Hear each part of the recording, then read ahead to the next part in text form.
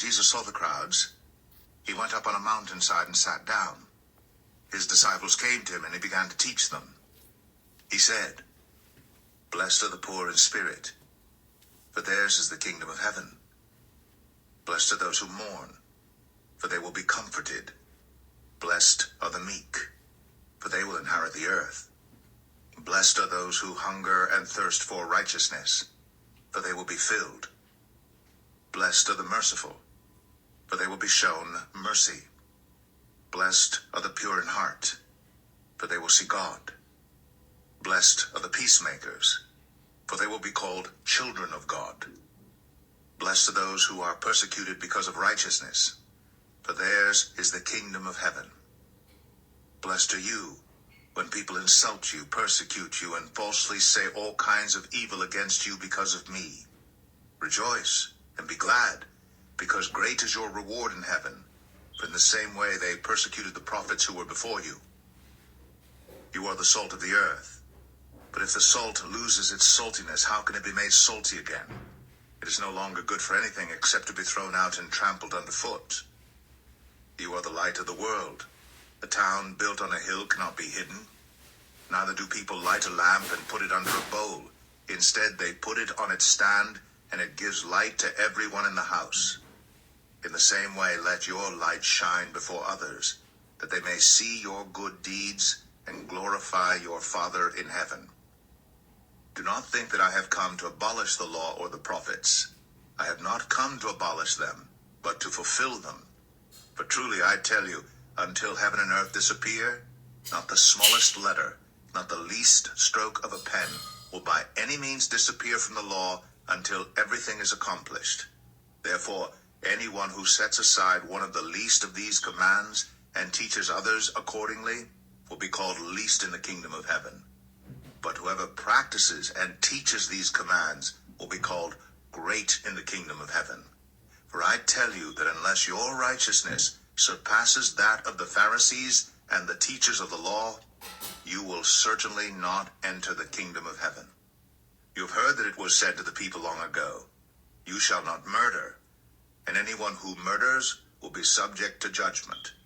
But I tell you that anyone who is angry with a brother or sister will be subject to judgment.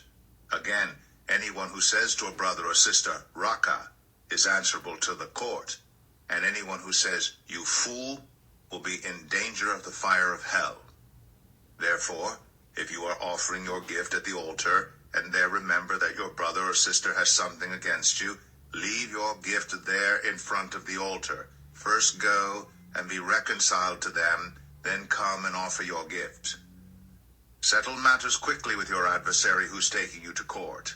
Do it while you're still together on the way, or your adversary may hand you over to the judge, and the judge may hand you over to the officer, and you may be thrown into prison. Truly, I tell you, you will not get out until you have paid the last penny. You have heard that it was said, "You shall not commit adultery."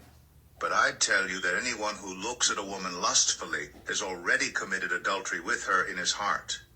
If your right eye causes you to stumble, gouge it out and throw it away. It is better for you to lose one part of your body than for your whole body to be thrown into hell. And if your right hand causes you to stumble, cut it off and throw it away. It is better for you to lose one part of your body than for your whole body to go into hell. It has been said, anyone who divorces his wife must give her a certificate of divorce. But I tell you that anyone who divorces his wife, except for sexual immorality, makes her the victim of adultery, and anyone who marries a divorced woman commits adultery. Again, you have heard that it was said to the people long ago, "Do not break your oath, but fulfill to the Lord the vows you have made."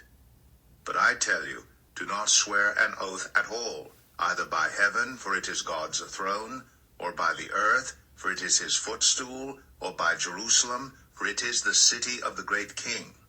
And do not swear by your head, for you cannot make even one hair white or black. All you need to say is simply yes or no. Anything beyond this comes from the evil one.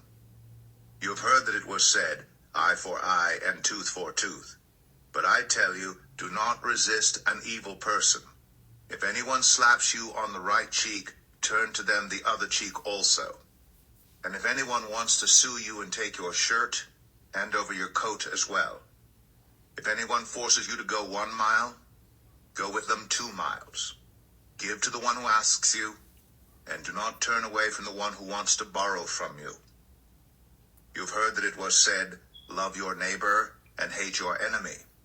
But I tell you, love your enemies and pray for those who persecute you, that you may be children of your Father in heaven. He causes his sun to rise on the evil and the good, and sends rain on the righteous and the unrighteous. If you love those who love you, what reward will you get? Are not even the tax collectors doing that? And if you greet only your own people, what are you doing more than others? Do not even pagans do that? Be perfect, therefore, as your heavenly Father is perfect.